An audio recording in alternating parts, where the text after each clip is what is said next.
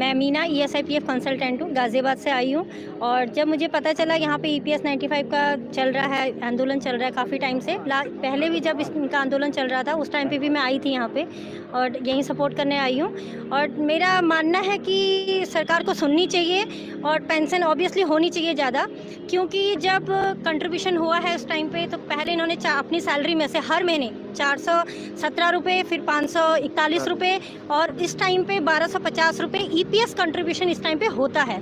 जब इतना कंट्रीब्यूशन हर महीने हो रहा है तो ऑब्वियसली पेंशन होनी चाहिए और पेंशन मिनिमम आपकी 1000 रुपये है। तो कोई ये मांग जो बिल्कुल जायज़ है, मेडिकल फैसिलिटी भी होनी चाहिए, जो भी इन्होंने मांग रखी हुई है बिल्कुल जायज़ मांग है।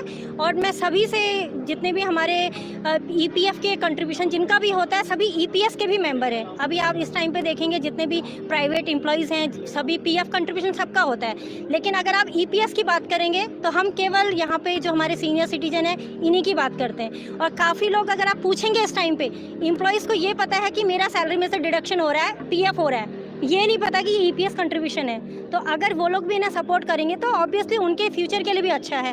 अभी आज का अगर हमारा कुछ अच्छा होता है, अगर सीनियर सिटीजन्स की कुछ हमारी पेंशन में जो भी इनकी मांग है वो फुलफिल होती है तो सभी के लिए बेनिफिट्स है। तो मेरे हिसाब से सभी को सपोर्ट करना चाहिए और इनकी मांग पूरी होनी चाहिए। ये तो बहुत गलत है, क्योंकि आप कोई भी जितने भी और पेंशन स्कीम है, आप देखा होगा कि गवर्नमेंट विधवा पेंशन, मतलब ये नहीं है कि वो भी पेंशन होनी चाहिए, तो उनमें कोई भी कंट्रीब्यूशन नहीं है, लेकिन उसके बावजूद सरकार सोचती है उन्हें कंट्रीब्यूशन, उनका पेंशन स्कीम प्लान करती है, पेंशन देती भी हैं, कई पेंशन प्लान चलते हैं। लेकिन जब इन लोग कंट्रीब्यूशन किया हुआ है, हर महीने सैलरी में से डिडक्शन किया हुआ है, तो ऑब्वियसली पेंशन अच्छी होनी चाहिए।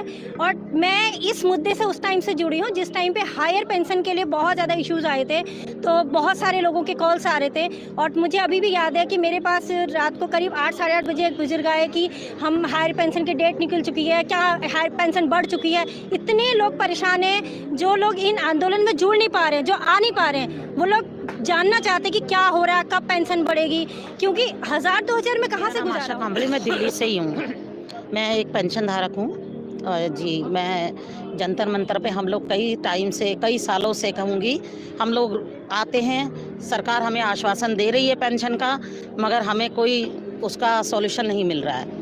तो हम यही कहेंगे कि सरकार इस मुद्दे को हमारे जल्द से जल्द इसको हमें हमारी सुनवाई करे और हमें इससे हम सड़कों पे हैं। अब सरकार यही चाहती है कि अब हम जंतर मंतर पे भी ना बैठें, तो अब हम कहाँ जाएं? कोई बात नहीं, हम सड़क पे भी बैठेंगे और धीरे धीरे जंतर मंतर क्या, अगर सरकार ने हमारी बात नहीं मानी तो जिला जिला, घर घर, गली गली, कॉलोनी कॉलोनी, सब जगह बैठेंगे। कहाँ बुजुर्ग नहीं है, कहाँ गरीबी नहीं है लोगों की। आप जाके देखिए घर घर में, सरकार ऊपर बैठ के ऑर्डर करने के लिए बैठी है। सरकार जो कुर्सियों पे बैठे उन्हें देखिए जाके, उन्हें यहाँ जमीनी स्तर पे आके देखना चाहिए कि हम लोग कैसे जीते हैं। हम एक महंगाई कितनी, एक सब्जी खरीदने के लिए हमें सोचना पड़ता है कि अपने बच्चों की ख्वाहिशें कैसे। हमने भी सोच लिया है, अगर पेंशन नहीं तो वोट नहीं।